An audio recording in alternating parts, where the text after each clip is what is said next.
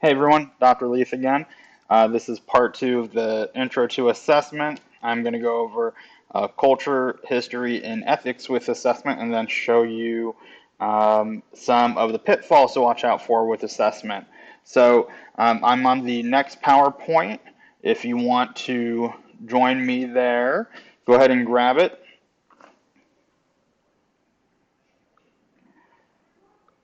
Let's see here.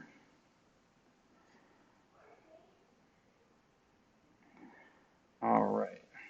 Sorry about that. I had a little hiccup with the computer. Okay. So, um, when and how did assessment kind of come up? That was shortly after World War II, and this is pretty much as historical as we'll get.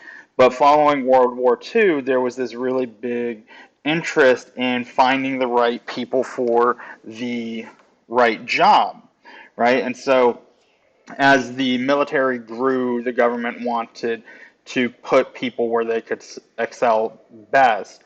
And so aptitude testing was important. And this is a really good vocabulary word to understand for the midterm and for the NCE is aptitude testing, right? And we'll go over that.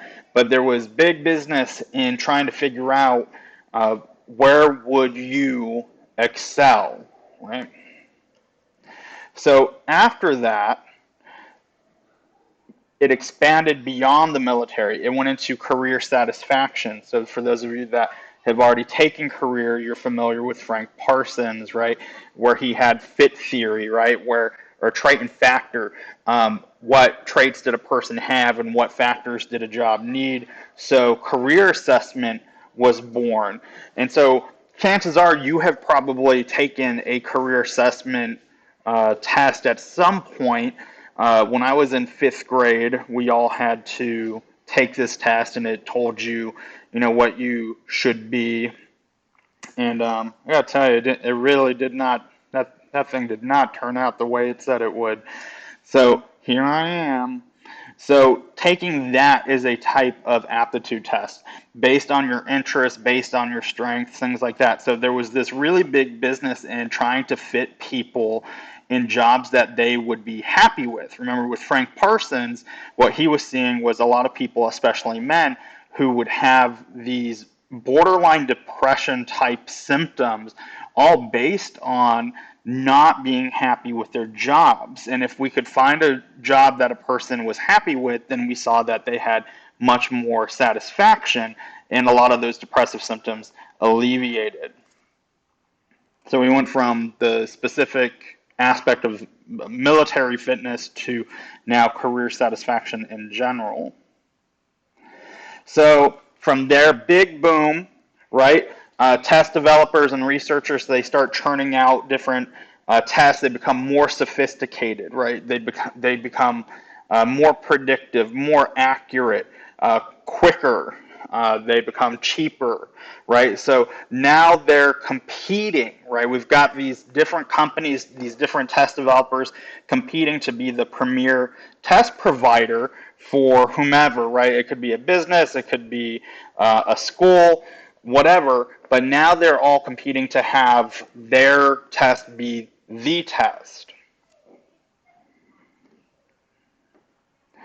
And so with that, test developers started creating tests for things other than career, right? They started testing things like wellness, relationship satisfaction, the clinical things, personality, all of that. So to reiterate from the previous video, one of the most important things that we want with assessment is we want to assess progress and change, right? That way we can make sure what we're doing is effective. So big push towards counseling and mental health care providers. You have these different companies saying, pick our tests. You can measure your clients' well-being. You can measure their dysfunction. You can measure their whatever, and use our tests, use our tools, use our assessments. And what happens, as with any kind of competition or when there's commerce involved, there are some that are better than others. So P.T. Barnum, the guy from Barnum and Bailey Circus, he said two things. One, there's a little something for everyone, and there's a sucker born every minute. And those two statements apply to counseling and assessment, right? There is an assessment for whatever you want, right? If you want to measure it, it exists, right? But that does not mean that it's good, right? Because I can come up with a list of questions or a list of tasks and slap my name on it and say this measures how likely you are to be a good parent, to recover from alcoholism, to be like a good woodworker, or whatever it could be. That doesn't mean that it's good, and I just throw it up online. So, for example, see if I can switch this over here for a second.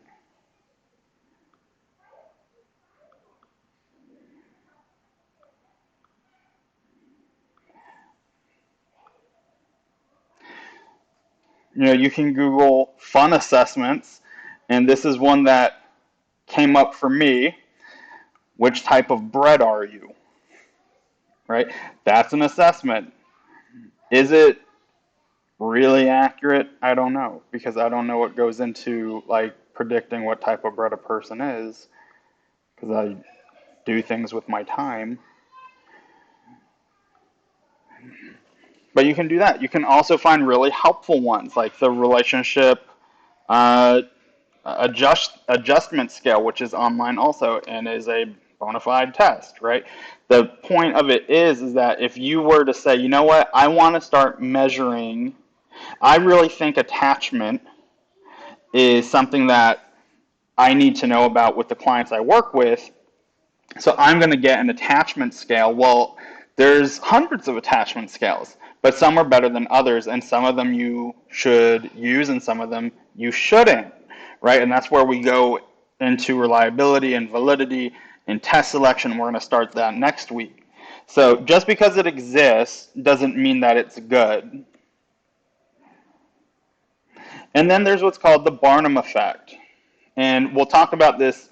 This will resurface again when we go over personality testing.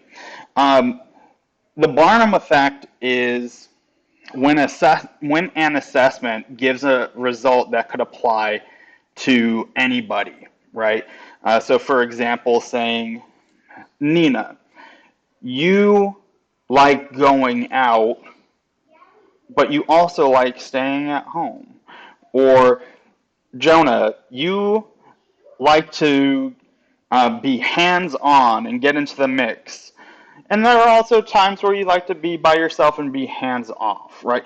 They are these blanket statements that apply to anybody. And so those are not particularly helpful to you or your client. So we want to be aware of this assessment that I pick. Is it giving those type of results, or is it actually giving something meaningful that either of us, and especially both of us, could work with?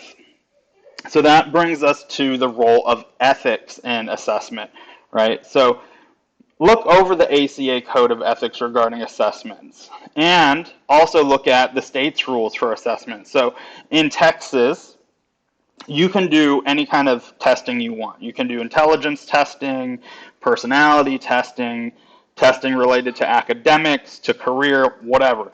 The only tests that you cannot do in Texas, this is a Texas thing, is you cannot do standardized projective testing, right? So you can't do the ink blot, you can't do the Rorschach or the thematic apperception test, things like that. Different states might have a different rule with that, but that's the only one that we can't do.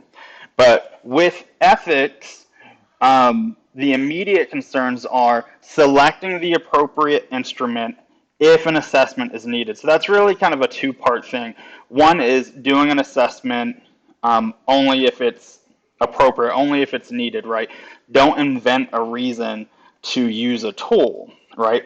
But if you've decided, you know what, I am going to do it, I think attachment is a big issue here, I want to measure attachment with my clients, use an appropriate instrument. Don't use it just out of convenience. Don't use it just because, right? Have a rationale for it. Being qualified to use the assessment instrument, right? So being within your scope of practice, and then thinking of client rights with testing and results. Selecting an appropriate instrument, pick an instrument that works, that's established, and does what you want it to do, right? Don't just measure somebody's level of resiliency or trauma when you don't need to, right? Don't just screen someone for PTSD just for the fun of it, right? You would use that type of screen or that type of test because you believe it to be helpful, right? Don't use it just because it's available, and we all kind of go through this when we get a new toy. We always want to use it when all you have is a hammer, everything looks like a nail. So use the right instrument for the right reasons. The other part that I brought up was qualifications. So assessments, and we're talking about the formal assessments, the tests and everything like that, they come in 3 levels of qualification, A, B, and C, with C being the most complex type and A being the least complex, right? So the higher the level of qualification, the more training you need. Qualification A tests are things that almost anybody can do who's been trained on that test, right? And those are usually give the client this form, have them fill it out, add the score at the bottom. B requires that you have a graduate degree and some form of training and assessment and psychometric, which is what this class is for. So when you graduate, each of you will be able to do the A and B testing. For C testing, so those are the really complex ones where there's complex administration, complex scoring, and complex interpretation, such as an intelligence test, you would take an advanced assessment course, right? And usually what happens is you want to do one of these tests and you go to order it, right? You go to the publisher's website. I think Pearson makes an IQ test. You want to use theirs. You go to order it, and they ask to see your transcript and your license to see that you're qualified to do it. So you're using a test for which you have the basic training for. And that's what I just went over. And client rights. So this is really important because now we're talking about somebody else, right? So in short, clients have a right to be aware that they're being assessed, that they're being tested, and this is where we're explaining, I'm going to give you this test for this reason, and this is what it does. If it's a situation where there's cost involved, right, who's paying for the test, and how are you being reimbursed, how are they paying for it, right? Letting them know all of that, letting them know that there can be some discomfort with it. They're made aware of the results, and who else may be made aware of the results. And so this is really critical, especially because we're going to go over some technical stuff starting next week. You must explain test results in a language that your client will understand, right? So you can't just hurl out there, you scored 1/3 of a standard deviation above the mean. That doesn't mean anything to them, even if they have that knowledge of statistics and things like that. You have to put the results in normal human speech so that they can understand what it means and so that they can do with it, the meaningfulness of it. What does that mean about me? They also have to be made aware of any discomfort that might come up with it, right? So this is kind of like if you're doing an assessment for trauma, even though you're just doing the baseline stuff, you're not doing the trauma work yet, or the in-depth trauma work, that can still bring up a lot of stuff. That can be kind of re-traumatizing. And so explaining to them what that means and what to expect from those questions. And if those results are going anywhere else. So, for example, if your child is being tested, does the school know about it? Does the district know about it? If I move to a different school, would they know about these results, whatever it might be? And so that's kind of the gist of it. pretty easy stuff. What I want you to know from all of this is that there are ethical considerations to doing testing and assessment, namely being able to communicate with your client what to expect and what the results mean. And also being there is a method to selecting assessments, right? It's not just let me Google depression scales or marriage satisfaction tests and things like that, and let me just grab the top result. There's other things that you need to consider. That way, let's say that I'm standing over your shoulder and I say, so why did you pick that one? What would your answer be, right? And so part of that, some of you might be saying, well, I don't know because this is my first time taking an assessment. We're going to go over some of the finer points later, but the answer can't be that's what came up, or I sent a link to my client to go to BuzzFeed or something like that, that there is some rationale that's grounded in, in education and training. So review the code of ethics under assessment. It's not a very long section. If you are planning on leaving Texas, look at the state that you're going to